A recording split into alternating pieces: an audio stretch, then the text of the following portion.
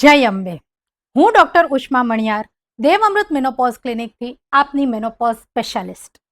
નવરાત્રિના પાવન પર્વમાં 9 રાત ગરબે ઝૂમવું અને 9 દિવસ ફરાળ અને ઉપવાસ કરવા. શું તમે 40 વર્ષથી ઉપર મેનોપોઝના લેડીઝ છો?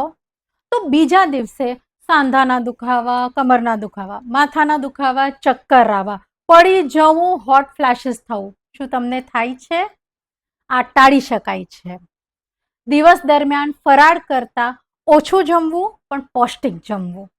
બહુ બધા ફળ, ફ્રૂટ્સ, બહુ બધા નટ્સ એટલે કે ડ્રાય ફ્રૂટ્સ અને ખૂબ બધું પાણી, ઠંડા પીણા જેમ કે કોલ્ડ કોફી, છાશ, લીંબુ શરબત, નારિયેળ પાણી, આ રીતે જાત જાતનું હાઇડ્રેશન મેન્ટેન કરી પૌષ્ટિક ન્યુટ્રિશન લઈ અને આખો દિવસ એનર્જેટિક રહી અને રાત્રે ગરબા ઝૂમવાની મજા જ અલગ છે.